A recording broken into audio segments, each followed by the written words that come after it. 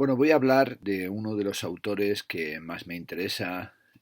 un ensayista que leo desde hace tiempo y del que tengo casi todos sus libros, que se llama Diane Leader, concretamente de su libro ¿Por qué no podemos dormir? Nuestra mente durante el sueño y el insomnio. Bueno, Diane Leader es psicoanalista, miembro fundador del Center for Freudian Analysis and Research en Londres, ha participado numerosas conferencias y sobre todo ha trabajado la relación entre arte y psicoanálisis, y en esta editorial, en la editorial Sexto Piso, se han publicado otros libros suyos: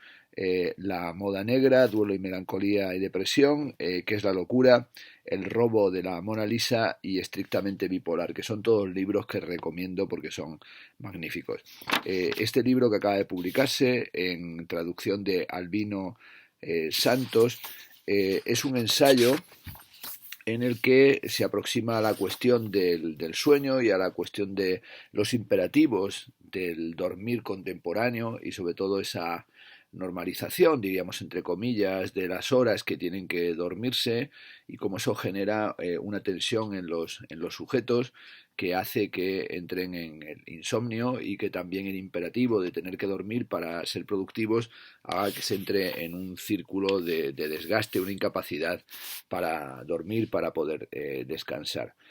El libro arranca con el tema, o con uno de los temas que es crucial, que se llama El negocio del sueño,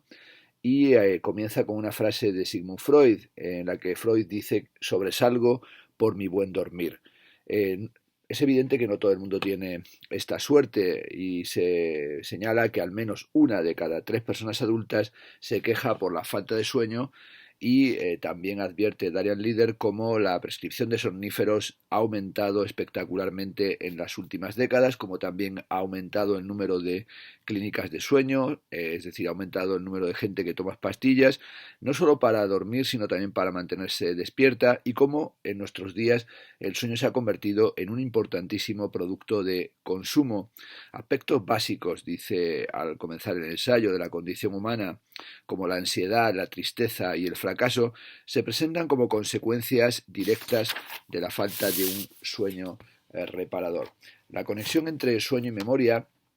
ya se había estudiado con detenimiento en el siglo XIX, pero esas teorías de antaño vuelven ahora con más fuerza, como si alguien acabara de descubrirla.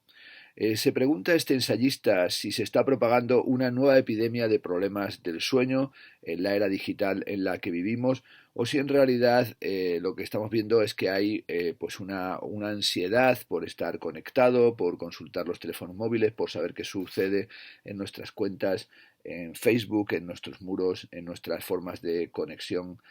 computacional. Sobre todo con esta situación de enorme flujo de mensajes y de esos imperativos a prestar atención y a dar constantemente cuenta de nosotros mismos. Un dato que también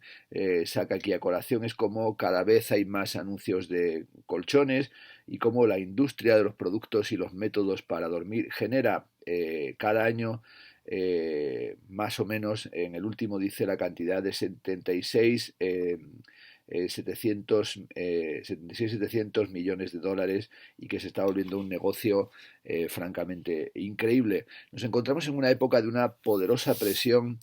para que durmamos del modo correcto. Se dan instrucciones de cómo, dónde, de qué manera tenemos que dormir, y hay que conseguir una corrección en ese acto de dormir, y así muchas personas se despiertan con la sensación de que han fracasado ya en la propia acción normal o natural de dormir. Y así se puede decir que se ha añadido un nuevo pecado a los pecados de la Iglesia, podemos decir contemporánea, una nueva transgresión, que sería que no hemos hecho el ejercicio que nos tienen prescrito, que no hemos ingerido las piezas de fruta, o no hemos hecho la comida que se dice que es la comida sana, y que tampoco hemos pasado el suficiente número de horas dormidos. Bueno, toda esa situación tiene que ver evidentemente también con la concepción del tiempo contemporáneo, pero también con la propia historia del sueño y las descripciones que se han hecho con respecto a él, que es de lo que trata el libro. El siguiente capítulo se titula Nos quitan el sueño, y indica cómo la ciencia del sueño inició su andadura en las postrimerías del siglo XIX y se fraccionó antes de la Primera Guerra Mundial y luego se expandió durante el resto del siglo XX y sobre todo de manera especialmente acelerada a partir de la década de los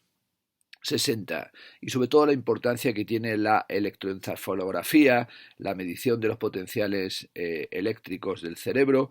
que permitió distinguir distintas fases de la actividad neural durante el sueño y así se hizo muy popular y se publicitó el vínculo detectado a comienzo de los años 50 entre una fase de movimientos oculares rápidos, que es la fase que se llama REM del sueño, y se asocia a ella la actividad onírica, y propició todo esto un elevadísimo volumen de investigaciones y también una financiación de ese tipo de trabajos sobre los sueños y pareció que se convertía en algo prioritario. El énfasis se fue desplazando, señala Darian Leader, desde los fenómenos psicológicos hacia aquellos otros que parecían puramente físicos y se centró especialmente en los llamados relojes corporales, en la base neural y neuroquímica del sueño y de sus trastornos y en los estudios del tratamiento de la apnea. Fue como que se entró en todo este análisis de lo que llamaríamos el sueño y también me atrevo a decir un poco en broma el ronquido o el arte de roncar global o la globalización del roncar. El sueño, gracias a la expansión de la industria o en la fase industrial del capitalismo, el sueño se entendió que era un apéndice del trabajo y se hizo preciso calcular con máximo esmero el tiempo mínimo necesario. Nathaniel Kleitman, considerado como uno de los fundadores de la ciencia del sueño en el siglo XX, publicó su extenso estudio académico Sleep and Wakefulness, Sueño y Desvelo, en el año 1939, cuya aparición acompañó de un resumen en la revista American Business. Llegó incluso a hablar de la importancia que tenía el mantenimiento del sueño y una de las prácticas experimentales que hizo fue alimentar con puré de ternera a bebé de 5 semanas de vida porque la empresa cárnica local Swift & Co. aportó $10,000 para demostrar que los pequeños dormían mejor con el estómago lleno de carne de vacuno. Bueno, un experimento que los padres estarían encantados o a lo mejor hoy estaríamos absolutamente alarmados por este tipo de planteamientos. También señala cómo la preocupación por el sueño tiene que ver con el afán de incrementar la productividad de los trabajadores, pero también en el caso de los ejércitos hay toda esa investigación desde hace ya décadas, que sería la investigación para hacer que los soldados puedan estar despiertos durante más tiempo, con el mínimo de sueño posible, pero con la máxima eficacia, y así durante la guerra de Vietnam el ejército de los Estados Unidos dispensó cantidades ingentes de anfetaminas a sus tropas y apareció toda la cuestión de lo que se llama los proyectos de rendimiento asistido, que es algo a lo que presta atención también, por ejemplo, Jonathan Crady en su libro 24/7, El capitalismo a la conquista del sueño, que trata cuestiones que están también en el libro de Darian Leader, aunque con otras intenciones, con otros objetivos teóricos. Sobre todo lo que viene a interesarle a Darian Leader es esta atención a el insomnio como una especie de dimensión culpable, como algo de lo que habría que escapar a toda costa, como algo casi tan lamentable como la patología de los jóvenes o de los infantes y de los adolescentes que se mean en la cama, que se convierte en algo que hace que estén permanentemente sometidos a la angustia, a la ansiedad, que se sientan humillados y que tengan miedo a meterse en la cama o a dormir porque podrían mojar la cama, podrían orinarse encima y luego ser por ello recriminados, y se desarrolla todo un proceso de autoacusaciones, de autoinculpaciones, y aparece ese momento del terror nocturno, que también es el miedo y el pánico que tiene el que sufre insomnio, que sabe que cuando llega a esas horas son horas en las que no podrá dormir y que marcan también momentos del desarrollo del sujeto, ya sea en esos infantes y adolescentes que en momentos posteriores de su vida van a desvelarse o van a tener una enorme inquietud o van a entrar a lo mejor en fases de sonambulismo. Bueno, le interesa a Daniel Leader desmantelar todo lo que sería la ideología de los higienistas del sueño, que vienen a señalar las virtudes del dormir y el estar dormido, cuando por ejemplo algunos señalan que dormir nos mantiene delgados, que disminuye nuestros antojos de comida, que nos protege del cáncer y la demencia. que reduce el riesgo de enfermedades cardíacas, de apoplejías y diabetes, y que hace que estemos más contentos, que seamos más sinceros, y que conste, que no les miento, que estaremos menos preocupados, y lo remata diciendo que lo genial de todo esto es que dormir es gratis. Bueno, es gratis dormir, aunque lo que no es gratis es todo este tipo de patrañas y este tipo de teorías o estas pseudoteorías sobre el sueño. Bueno, luego analiza la cuestión de un sueño o dos, hablando del tiempo que pasamos dormidos, asociado también a las jornadas y el tiempo de las jornadas laborales, pero sobre todo viene a señalar que algo fundamental en toda esta cuestión de la historia del sueño y de los ritmos circadianos y cómo fueron variando ligeramente en el siglo XIX es que el patrón o un patrón del sueño que habríamos olvidado sería el que los seres humanos durante mucho tiempo habrían tenido dos sueños, un primer sueño y un segundo, se acostaban hacia las 9 o las 10 de la noche, dormían hasta medianoche o la una, en ese momento se levantaban y estaban despiertos durante 1 o 2 horas, periodo que se conocía como vigilia propiamente dicha, hasta que volvían a acostarse para su segundo sueño. Y este patrón bifásico es algo que aparece como un tema importante y al que le da unas ciertas vueltas Darian Lieder en su libro, para ver cómo va cambiando ese modelo bifásico del sueño para crearse un nuevo modelo de la vida nocturna que se fue imponiendo desde el siglo XVIII-XIX, que tiene que ver con el cambio de la ciudad y con las nuevas formas de iluminación y con los faroles y con las nuevas formas de iluminar la ciudad y con el comienzo del noctambulismo y también la iluminación de la ciudad de la que hablaba Baudelaire, de esos faroles de la ciudad que tienen un carácter de generación de seguridad y en este sentido también son faroles de control y faroles policiales, y cómo el sueño va adquiriendo un sentido nuevo, pero también va adquiriendo un sentido de entrar en las dimensiones industriales de la productividad, pero también un carácter espiritual en todo lo que tiene del sueño como momento de la purificación. Lo cierto es que se fue imponiendo el patrón del sueño monofásico, y esta idea de un único periodo de sueño unificado es un producto de la revolución industrial, y cómo el sueño bifásico, que podría estar representado por el ritmo original del cuerpo humano, se fue progresivamente apartando y abandonando. El siguiente capítulo se llama Desconectar y tiene evidentemente que ver con esa idea de que, bueno, nos dormimos para intentar desconectar de lo acontecido durante la jornada diaria, y aquí cita explícitamente a Jonathan Crady cuando Crady sostiene que el capitalismo no es compatible con la rotación de la Tierra sobre su eje, pero que tampoco lo es el precapitalismo, y cómo la rapidez de la cultura moderna genera esa necesidad de separarnos de todas esas velocidades y ansiedades, pero también la dificultad que tenemos hoy para desconectarnos en una cultura que es la cultura de la conexión total del 24/7. Cita también en la página 48 a Benjamin Franklin cuando decía que hay que seguir una máxima de acuéstate temprano y levántate temprano, y toda esa dimensión de acostarse temprano y levantarse temprano es también el control de la temporalidad, y cómo ese control de la temporalidad tiene que ver también con los ritmos del dinero, con la idea de el dinero nunca duerme y de cómo nosotros cada vez que paramos estamos dejando de ser productivos, y todo ese ataque a las siestas y al descanso, que es algo que se produce en todos los países que la practican, como también comenzó a perseguirse en España, especialmente a partir del año 2006, cuando el gobierno decidió prohibir las siestas en los lugares de trabajo a los funcionarios y a los empleados de la función pública. Bueno, aquí lo señala así Darian Lieder, pero realmente echarse una siesta en el lugar de trabajo no parece que haya sido nunca el mayor de los deseos de los trabajadores españoles. Bueno, se plantea aquí la cuestión de cuál es el ritmo del sueño y sobre todo cuál es la presión que tenemos para tratar de hacernos o llevarnos a dormir correctamente, y cómo en la actualidad estamos siendo testigos, dice en la página 54, de una extensión al conjunto de los espacios sociales de aquello que Erving Goffman identificó como una característica de la prisión y del psiquiátrico, y sobre todo como una patologización de la vida cotidiana en la que estamos permanentemente impulsados a fingir entusiasmo, a entrar en lo que llaman Eva Iluz y Edgar Cabanas la demencial happycracia.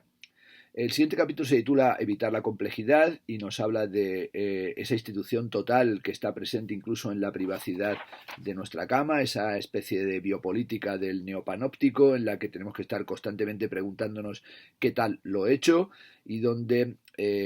hay una retroalimentación continua entre nuestros comportamientos y la forma en la que los implementamos performativamente en relación con el propio despliegue del capitalismo tecnológico y cómo esa pregunta de qué tal lo he hecho es parte de todos los programas de entretenimiento contemporáneo, sean los programas de bailarines o de cantantes o de karaoke o de cualquier tipo de fricada en la que tenemos que estar constantemente evaluándonos y sobre todo autoevaluándonos, como pasa en la universidad donde tienes que estar evaluándote sobre qué tal lo has hecho para que a su vez seas evaluado por los llamados pares ciegos que son parte de la burocracia kafkiana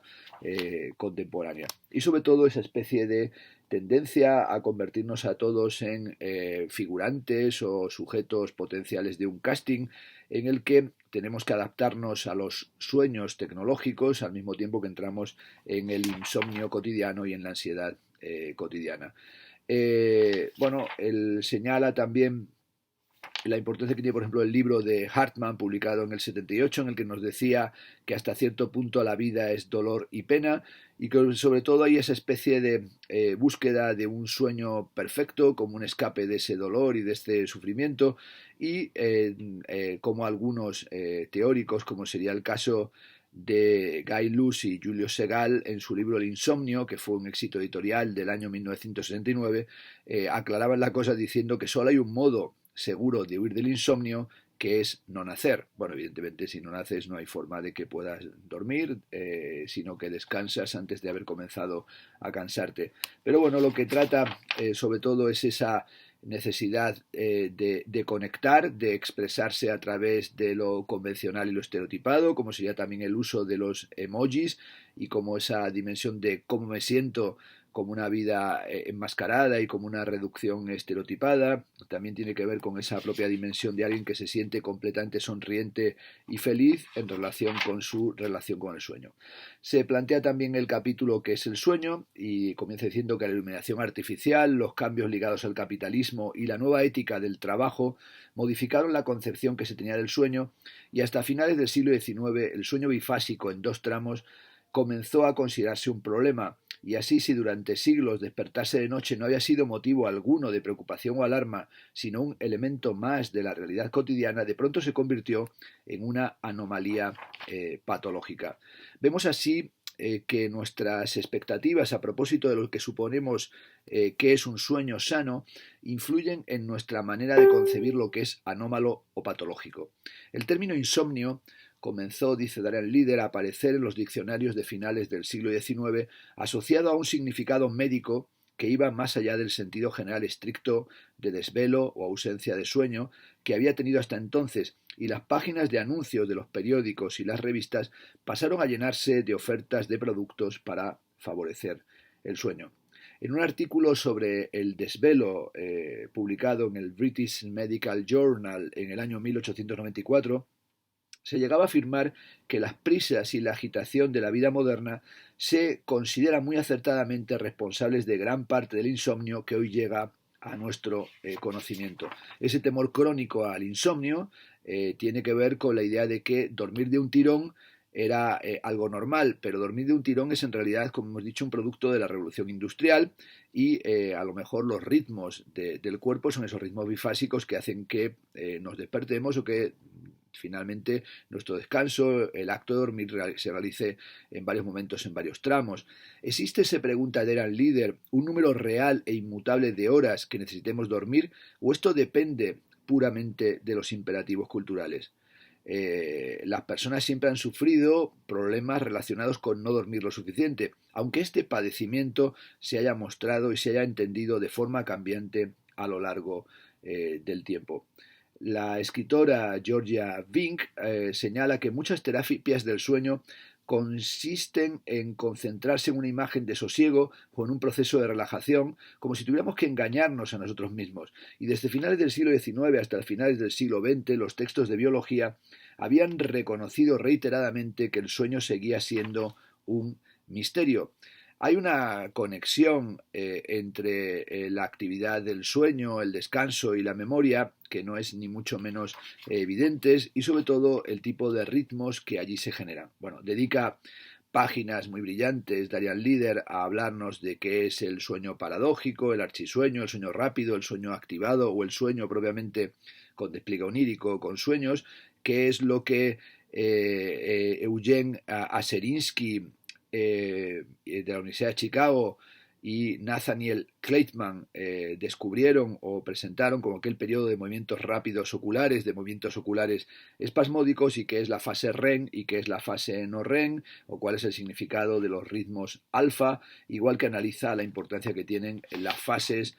o los fenómenos hipnagógicos, y cómo hay esos ciclos ondulados, y cómo al periodo REM se caracteriza por esas sacudidas y movimientos de los ojos, por una pérdida del tono muscular, por unas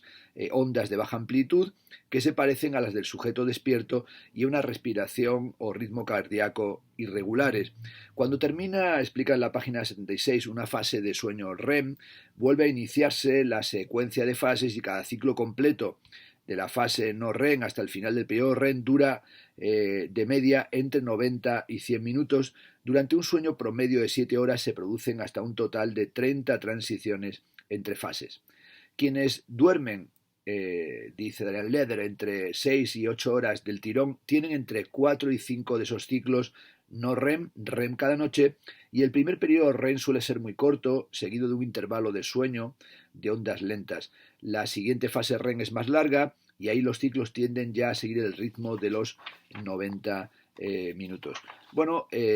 cuando Freud publicó su libro La interpretación de los sueños en el año 1899, basó sus tesis en la idea de que durante la noche se produce una intensa actividad psíquica, y de que el sueño es un estado que requiere de una construcción y un mantenimiento. No nos quedamos dormidos, por así decirlo, sino que nos dormimos a nosotros mismos. Esa actividad nocturna, que es la que genera imágenes y sobre todo la que genera procesos, que son procesos complejos de analizar, es lo que va a tratar a partir de la página 85 con el capítulo Sueño y Memoria, sobre todo tratando de dar cuenta de si es cierto esta noticia de lo que significa el periodo REM del sueño, y cómo a principios de la década de los 50 fue anunciado como un descubrimiento,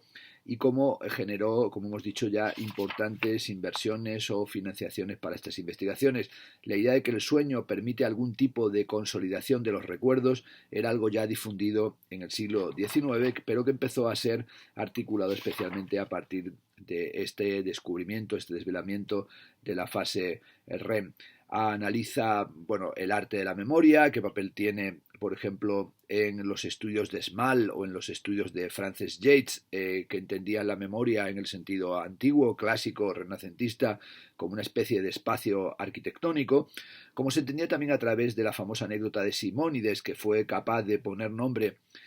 a todos los que habían asistido a una celebración porque el techo se había caído, reconociendo los lugares en los que estaban en la cena como un arte de la topología o de la localización arquitectónico-memorística, y cómo ese orden de los lugares preservaba el orden de las cosas. Y así el vínculo entre la memoria y el trauma y la pérdida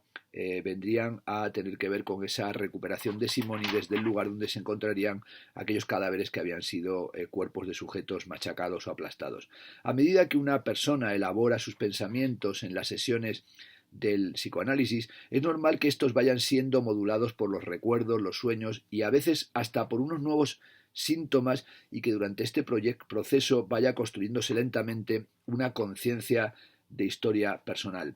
En el tramo final del siglo XX, el trauma pasó a ser entendido como un acontecimiento puramente externo que afecta a un sujeto autónomo, y ese cambio de concepción ha repercutido en que nos hayamos movido de la culpa a la vergüenza. Y ese desplazamiento es el barco básico de una nueva interpretación de la subjetividad que se ha reformado de acuerdo al marco y a las características de la sociedad neoliberal. Un higienista del sueño como Matthew Walker, por ejemplo, defiende sin ambages el borrado de recuerdos y nos explica que trabaja con la esperanza de desarrollar métodos certeros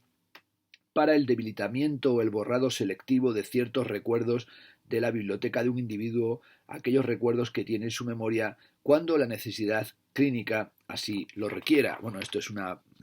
maravillosa distopía, es decir, que van a borrar tus recuerdos, como yo podría ahora utilizar, como en Los cazafantasmas, una linterna para borrar vuestros recuerdos y que todo lo que he dicho en estos 25 minutos horrendos de este comentario de este libro desapareciera sistemáticamente, o también o pudieras olvidaros del grotesco aspecto que tengo con el pijama de haber descansado, de haber intentado dormir, por cierto, plácidamente esta noche. Más que intentar suprimir los recuerdos, se trata de darles voz, dice Darian Leder, y de permitir que esas turbaciones escritas puedan ser clarificadas y expresadas de forma elocuente. Darian Leder evidentemente lo que quiere es salir de estas dimensiones neoliberales o del higienismo del sueño o de la venta de somníferos y de colchones para analizar qué es el sueño y qué relación tiene con el trauma desde el punto de vista del psicoanálisis. Muchas veces, dice en la página 99, debemos poner en entredicho que haya un nexo entre el recuerdo traumático y la historia que se constituye o que se construye a partir de él, como de hecho debemos cuestionar también la conexión misma entre trauma y recuerdo. Bueno, especialmente importante es hablar de cómo en algunas ocasiones lo que tenemos son recuerdos prestados, recuerdos enmascaradores, y a veces lo que tenemos es un punto de horror inconcebible, y para tratar de acceder a este punto puede ser muy peligroso y a veces de muy poca ayuda para la persona, y son muchos los casos en los que resulta más prudente marcar el lugar de un trauma que intentar forzar su afloramiento en forma de recuerdo o relato evocable. Dormir es en buena medida una forma de psicoterapia individual, como escribía uno de los discípulos de Sigmund Freud, y tal vez el marco del sueño y el espacio del sueño tiene que ver también con la presencia, en el sentido freudiano, del inconsciente, cómo se inscribe en el sueño algo perturbador y cómo modifica nuestras formas de comprender el mundo. Si soñar liga las experiencias del día a unos complejos inconscientes, lo hace interpretando y leyendo. Se podría decir que las fases del soñar tienen que ver sobre todo con dimensiones inconscientes, pero también con modos de la interpretación de lo acontecido en el periodo del sueño. Incluso la idea de que un sueño deba ser visual es algo que también tendríamos que cuestionar o por lo menos poner en cierta medida en entredicho. El sueño es, como pensaba Freud, un trabajo, el trabajo del sueño, un trabajo en el que no todo es placentero, sino que puede tener que ver con la ansiedad, con cuestiones que nos aterrorizan o que nos bloquean. Es interesante también, por ejemplo, en la página 122, como entra en un tema que a mí particularmente me fascina, que es, por ejemplo, como la narcolepsia, un trastorno que conlleva una aguda somnolencia diurna, puede producirse una repentina pérdida del tono muscular parecida llamada cataplexia, y esta ocurre a menudo en momentos dotados de alguna carga emocional, al iniciar una discusión, al empezar una relación sexual, al levantar el brazo para pegar a un hijo, y sobre todo ese momento en el que el impulso perturbador inaceptable hace que entremos en la dimensión del sueño. Esa relación entre narcolepsia y cataplexia, es decir, la emoción como aquello que desencadena el sueño y que hace que se quede uno literalmente cuajado cuando propiamente no quería dormir y pierde incluso su tono muscular, sino una especie de repentino y perturbador cuasi síndrome de Stendhal que estaría ligado a la sensorialidad, a la emocionalidad, a los momentos críticos, a los momentos traumáticos, que es un asunto del que me gustaría tirar en alguna ocasión, no para un comentario de un libro, sino en realidad para ese proyecto que tengo en marcha, que es hacer algún día una especie de estética o teoría del arte narcolépsico, catapléxico, para ver qué sale de ahí, que a lo mejor sencillamente no sale nada. El siguiente capítulo del libro de Darian Leder se titula Freud a propósito de los sueños, y en él comienza diciendo que Freud creía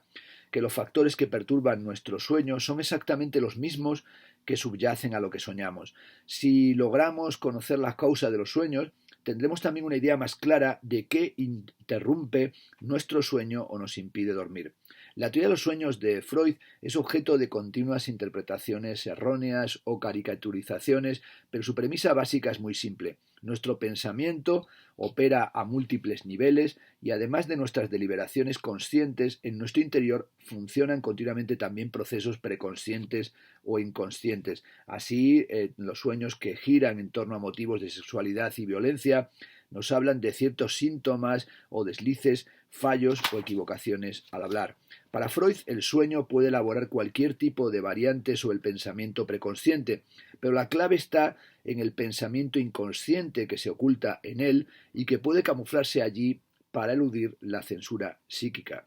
Freud creía que una de las condiciones del sueño es cierta rebaja del nivel de nuestra censura interna, y es ahí donde se produce lo que él llama el trabajo del sueño. Esto es una elaboración onírica que entraña mecanismos de encriptación, como serían la condensación, en la que varias ideas convergen en una imagen o una palabra, el desplazamiento, en el que el énfasis cambia y pasa de un elemento a otro, y la llamada elaboración secundaria, que introduce una coherencia o una explicación falsa de rupturas y fracturas. Dada la importancia fundamental de lo que para Freud es el camuflaje en la construcción de los sueños, estos elementos tienen que ver con la diferencia también entre el deseo o la voluntad y el deseo o el anhelo del propio sueño. El deseo-anhelo que buscamos en el análisis rara vez puede reducirse a una frase concreta y dotada de un sentido coherente. Habita en los huecos y vacíos que hay entre las frases. En una excepcional nota a pie de página de la interpretación de los sueños, Freud señaló que en su relación con sus deseos oníricos, el soñante solo puede ser equiparado con una suma de dos personas que están ligadas en una fuerte comunidad. Los sueños son, de hecho, a menudo una respuesta a lo que se percibe inconscientemente como un deseo, un anhelo de otro, casi siempre una figura paterna o materna que absorbemos, convertimos en su fetiche, para darnos de comer, engullirnos, aniquilarnos, debilitarnos, disfrutar de nosotros o abandonarnos. Bueno, evidentemente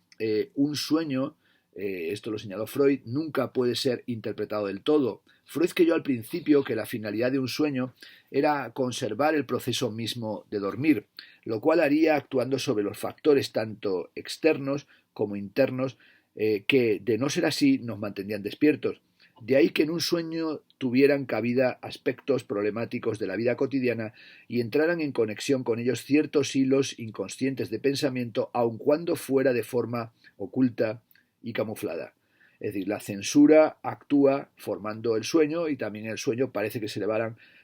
levantarán ciertas barreras de la censura. Freud entendía por censura no una especie de vocecilla de la conciencia instalada en nuestra cabeza que va diciéndonos a nuestro estado consciente lo que puede y no puede permitirse. Consiste más bien en un proceso estructural, en algo así como una composición resultante de lo que puede y no puede ser pensado. Es decir, es algo que reprime, es algo que bloquea, es algo que mantiene realidades inconscientes a distancia o totalmente separadas de nuestra articulación de imágenes y de pensamientos y de palabras. En su análisis, señala la página 137 del sueño de padre no ves que me abrazo, Lacan sugirió que no fue realmente el resplandor del fuego, bueno, con aquella idea del padre que había dejado a alguien custodiando a su hijo y de repente se despierta porque la vela, el cirio que estaba, había prendido la ropa y el hijo estaba envuelto en llamas. Señala Lacan que no fue el resplandor del fuego lo que despertó al padre, sino algo insoportable en relación o en la relación entre padre e hijo. Esto es un punto de reproche, quizá ligado a una culpa que el padre albergaba a propósito del propio hijo. Aunque la pregunta padre, entonces no ves que me abrazo, hace alusión a un determinado nivel al incendio en sí y más allá de este tal vez a la realidad de la muerte disimulada por la imagen de las llamas, hay otro nivel en el que esa pregunta evoca el eterno reproche del hijo al padre por haber fallado. Aunque no sabemos nada más del soñante ni de su hijo, esta historia saca a relucir esos dos niveles diferentes del sueño, el nivel manifiesto y más superficial, que concierne a la situación real del soñante, y el nivel oculto inconsciente, que implica sentimientos y pensamientos de los que el soñante puede que nunca llegue a ser del todo consciente y que pueden ser demasiado intensos como para que él los pueda soportar conscientemente. Bueno, esta cuestión del hijo muerto que aparece para recriminar al padre por haberse dormido, ese hijo que se está abrasando, que se está quemando, también me ha llevado a pensar en la relación inversa, es decir, en la relación de el hijo vivo y el padre muerto y las recriminaciones del padre muerto al hijo porque no comprende la situación de abandono en la que éste se encuentra, una especie de retorno fantasmal como en las historias tristes shakespearianas, que a veces reclama venganza, pero a veces también pide que le abandonemos para que haga el tránsito, para que se marche, ¿no? Y esa situación de recriminaciones entre vivos y muertos, en las que como figura intermedia estaría la pietas, ¿no? Es decir, la Virgen con el hijo muerto, intentando mantener una conversación que se ha tornado una conversación imposible, son cuestiones que también nos harían dar vueltas a este tipo de reproches y de incriminaciones y de formas de la culpabilidad que atraviesan el espacio del sueño, pero también ese momento en el que el sueño aparece como hermano de la muerte. Freud señalaba en torno a este sueño que fue para permitir que su hijo muerto viviera un poco más en el sueño, por lo que surgió esta elaboración que tiene que ver con lo reprimido y con aquello que se nos escapa, lo cual le lleva también aquí a interpretar a Darian Leader, la famosa película de Brian De Palma, Carrie, del año 1976, con todas las venganzas y con todos aquellos baños de sangre que son ahí tan conocidos y que generaban tanto pavor. El siguiente capítulo se titula Sueño y lenguaje y advierte que querer dormir se convierte en el centro de nuestra atención, pero para dormirnos es necesario que apartemos toda atención de nuestros pensamientos y deseos. Por consiguiente, cuanto más nos esforzamos por dormir, menos capaces somos de quedarnos dormidos. Este es el argumento casi central del libro, es decir, se nos impulsa constantemente a seguir procesos, protocolos, fármacos, colchones, terapias del sueño para poder dormir, pero toda esa nueva industria neoliberal del sueño lo que impide propiamente es que soñemos y que descansemos. A veces se dice que la lectura es un somnífero, para algunos no existe tal lectura y por tanto necesitan el somnífero. A mí, por ejemplo, si me pongo a leer, pues realmente se me quita completamente las ganas de dormir. Y también se ha señalado como, por ejemplo, los aparatos móviles, los portátiles, las pantallas de todo tipo que demandan nuestra atención permanente, no nos dejan dormir, perjudican notablemente nuestra capacidad para el sueño. El filósofo holandés Jan Linschoten señala que los relatos que oímos o leemos antes de dormir son fundamentales para conciliar el sueño y también la importancia que tienen los fenómenos hipnagógicos, ¿no? Si dormir requiere una cierta separación con respecto a la naturaleza interpelante del lenguaje, con respecto a esa forma en que las palabras y los pensamientos se apoderan de nosotros, quizá estos fenómenos hipnagógicos sean una especie de señal de inicio de esa función. Cuando Freud dijo que para dormir lo que tiene que cambiar no es la presencia de estímulos, sino nuestra relación con esos estímulos, lo dijo con este sentido de separarnos de la función interpelante de la función apelativa del lenguaje. Esta idea de que nos dormimos para evitar la función interpelante, para evitar esa función interpelante, que también sería la función interpelante altuseriana de estar continuamente llamados, colocados, insultados, sujetados, en el sentido de la sujetissemant, por el mandato, por el imperativo del otro, es algo fundamental, sobre todo porque la cultura conectiva, la cultura tuitera, facebookera, contemporánea, es una cultura de la interpelación continua, es decir, es continuamente esa reclamación a que demos cuenta de nosotros mismos y nos examinemos y nos autoevaluemos la que hace que uno necesite dormir o que uno necesite esa desconexión. El siguiente capítulo se titula Aprender a dormir y dice que si centrar la atención en dormir puede impedir el sueño, se pregunta Darian Leader si existe algún otro tipo de atención que en realidad puede facilitar o incluso incentivar que durmamos. Maurice Merleau-Ponty señala que como los fieles en los misterios dionisíacos invocan al dios mimando las escenas de su vida, yo llamo la visitación del sueño imitando el respirar del durmiente y su postura. Hay un momento en el que el sueño viene y se posa en esta imitación de sí mismo que ya le proponía y que incluso lo fingía. Para quedarte dormido tienes que fingir que duermes, y esto es algo que sucede especialmente en la infancia. Aunque esto pueda parecernos sorprendente, ¿acaso no reproduce nuestra primera situación en la vida? Para que un bebé se duerma, resulta básico que esté próximo al cuerpo de su madre y se acompase a los ritmos de respiración de ella. En uno de los primeros estudios sobre la cuestión, Kleitman llegó de hecho a sugerir que el sueño era una construcción, argumentando para ello que los cambios observados entre las 10 y las 14 semanas de vida eran uno de los primeros comportamientos aprendidos, es decir, que aprendemos a soñar, aprendemos a dormir, aprendemos a descansar. Analiza aquí todas las relaciones que hay entre la ingesta de alimento y el sueño y todos esos tremendos momentos de los niños que no duermen y del pecho de la madre y del biberón y de la frustración que allí se produce y de todas las experiencias nocturnas que se producen en los padres jóvenes intentando mantener dormidos a sus hijos y cómo es muy difícil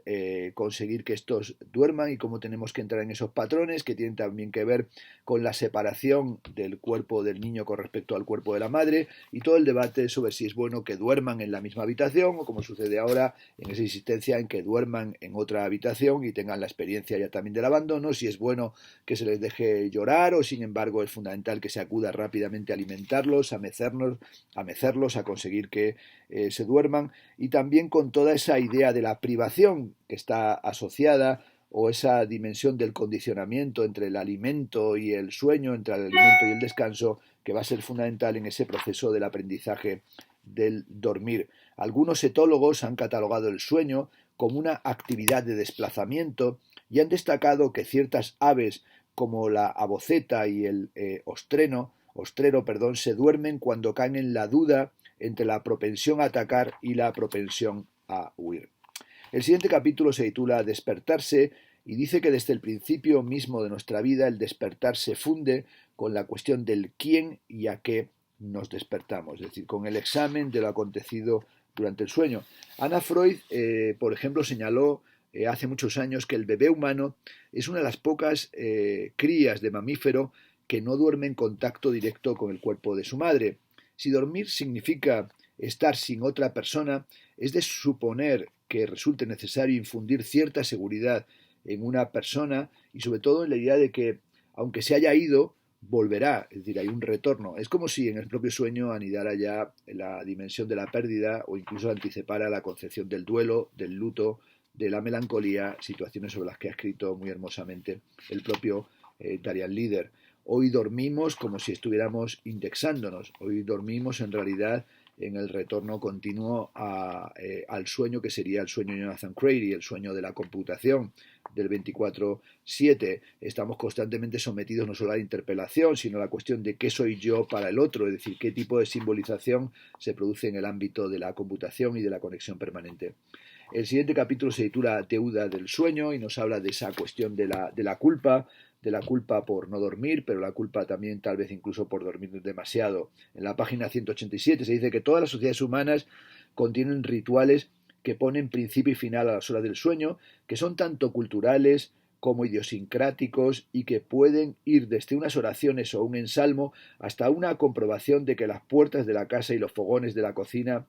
estén bien cerrados, pasando por un chasquido de la lengua contra los dientes. Quizás los dos requerimientos más habituales de los seres humanos a la hora de irnos a dormir son la presencia de un objeto determinado junto a nosotros, un peluche por ejemplo, y una práctica de algún movimiento rítmico, sean unas caricias o un masaje. Pero ¿por qué necesitamos de estos preparativos tan extraños? ¿Por qué hay tantas personas que son incapaces de dormir si se les impide hacer estos rituales nocturnos? Es decir, si no tienen su peluche, si no hacen su movimiento, si no comprueban o hacen esas comprobaciones de que la casa está en calma y que todo está protegido y que todo está seguro. Es muy probable que nuestras actuales prácticas de lavado y cepillado de los dientes deriven de las prácticas ancestrales de la purificación ritual, como si los ejercicios físicos fueran una prolongación metafórica de las formas antiguas y rituales de la limpieza y como si dormir fuera tener limpia la conciencia. Para los historiadores del afecto y las emociones, sobre todo ha sido importante señalar cómo las acciones racionales no son posibles si negamos las pasiones. De ahí que se dé prioridad al pensamiento desmarcado de la emoción en una división que tiene que ver con las terapias cognitivas. La tradición agustiniana, sin embargo, no aspira a borrar las emociones, sino a encauzarlas, a darles una orientación adecuada y así, por ejemplo, imitar a Cristo, el identificarse con su pasión, lo que permite transmutar un efecto, el amor, o redirigir la ira y el odio. Como escribió Kafka, el sueño es el ser más inocente y el hombre insomne es el más culpable. Así hay expresiones como el sueño de los justos o dormir como un bebé, que refuerzan la idea de que dormir es entrar en el ámbito de la pureza y que el que duerme no ha hecho nada malo, ni es culpable, ni ha realizado algo reprobable, algo vergonzoso. Sin duda los insomnes se están continuamente martirizando y sobre todo tiene que ver con conflictos no zanjados, con conflictos acaso del inconsciente, pero también con la idea de que uno ha pecado incluso por omisión, no ha cumplido sus deberes y hoy el incumplimiento del deber es incluso el incumplimiento del deber de dormir adecuadamente. Hoy estamos obligados a dormir. Cuando alguien deja de dormir es improductivo o no produce adecuadamente, por tanto las propias empresas están desarrollando trabajos para que sus empleados duerman correctamente, incluso estén monitorizados computacional o cibernéticamente para que puedan dormir adecuadamente y para recibir compensaciones por dormir aquello que tendrían que haber dormido. Cuando alguien deja de dormir, dice en la página 199, después de la muerte de un padre o una madre, por tranquilas o previsibles que hayan sido las circunstancias, queda a menudo un peso de culpa, que es el peso de haber sobrevivido o no haber sido uno mismo o una misma quien dejara el mundo en vez de la persona difunta. Esta especie de trastorno del sueño como efecto del duelo y de la melancolía, pero también la sensación de que uno tiene que a veces caer en profundos estadios de sueño, como si imitara también el sueño último, el sueño final de la persona amada que ha desaparecido de nuestras vidas. El último capítulo del libro se titula Demasiado culpables para dormir y aquí señala cómo Freud entendió la culpa como un posicionamiento que podemos adoptar en relación con ciertas experiencias tempranas de excitación, en un determinado nivel significa que repudiamos una pulsión sexual debido quizá a una prohibición, mientras que a otro nivel es en sí misma una forma de sexualidad, un modo de permanecer vinculados a esa pulsión. Es esta forma de la culpa la que también interesó a Lacan cuando diferenció entre una culpa resultante de nuestra inscripción en sistemas de parentesco, una deuda básica que contraímos al incorporarnos al mundo social, y el problema más moderno de que hayamos sido desposeídos de esa deuda. Lacan pensaba que podíamos sentirnos más responsables todavía cuando la apelación al destino deja de ser viable y se anulan nuestros caminos predeterminados. Es decir, cuando ya no tenemos los conflictos edípicos, sino que en realidad es la deuda de una sociedad endeudada, de una sociedad sometida a la deuda, a la culpa, a la mala conciencia, en el sentido nietzscheano. Y esta dimensión del insomnio aparece como un chantaje social, como algo que tienes que soportar en realidad, ocultando la propia dimensión del insomnio. Y sobre todo esa idea de que uno no hace lo que tendría que hacer, que sería en realidad el síndrome de que tendríamos que hacer ciertas cosas que la propia sociedad nos ha marcado, que son cuestiones que nos obligan a participar de un modo de vida pautado como el modo de vida saludable. Y cuanto más se insiste en lo saludable, que sería el bloque unificado de las 8 horas de sueño, más patologías del sueño se generan en la sociedad neoliberal. Es decir, tenemos una presión contemporánea, la presión para dormir, y al mismo tiempo se siente la imposibilidad de poder dormir y se experimenta una mayúscula sensación de fracaso. Dormir no es, señala Daniel Líder en la página 212, un estado ni siquiera natural, es algo que tiene que ser construido y moldeado y que es susceptible de ser perturbado, abreviado o interrumpido. Tenemos que escuchar a los insomnes. El insomnio, como muchas veces he señalado, no es tanto una ausencia de sueño como una queja por no dormir, Y los insomnes, en este sentido, son personas que tenemos que escuchar, que tenemos que saber qué es lo que quieren decir, porque, bueno, en algunas terapias del sueño, lo que se le indica al insomnio, o cuando van a la clínica del sueño, es que él cree que está despierto, pero en realidad le viene a decir, ¿qué va? Si usted ha estado durante todo el tiempo aquí en la clínica del sueño dormido y ha dormido toda la cantidad de tiempo normal o toda aquella cantidad de tiempo que tiene usted que dormir para estar descansado y continuar rindiendo en el trabajo al día siguiente. Y esto es como al deprimido al que se le dice, pero si en realidad no estás deprimido, si estás mucho mejor de lo que te imaginas, y se entra en un círculo vicioso y se va erosionando totalmente más la seguridad y se va produciendo mucha más ansiedad y se produce una completa fractura de la subjetividad humana. Bueno, termina el libro con estas preguntas. ¿No es interrumpiendo el sueño más que por un ritmo natural predeterminado, por esa astilla de culpa y deuda que los escritores llevan siglos viendo clavada en el centro mismo del mundo del insomnio? Puede que la hora de la vigilia, del sueño bifásico, fuera ya desde el principio un síntoma de culpa y que sea precisamente esta, la culpa, lo que de verdad nos mantiene despiertos. Y la culpa es algo que un somnífero puede diferir, pero jamás puede borrar. Bueno, el libro, como digo, de Darian Leader, ¿por qué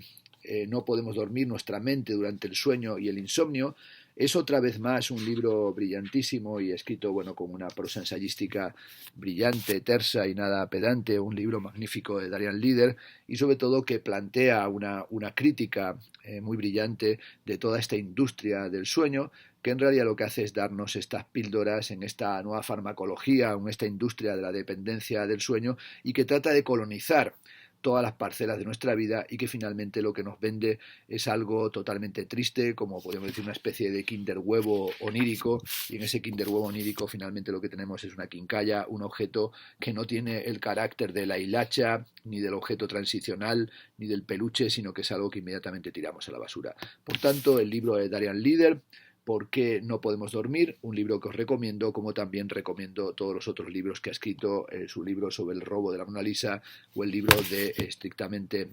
Bipolar, que son libros realmente magníficos.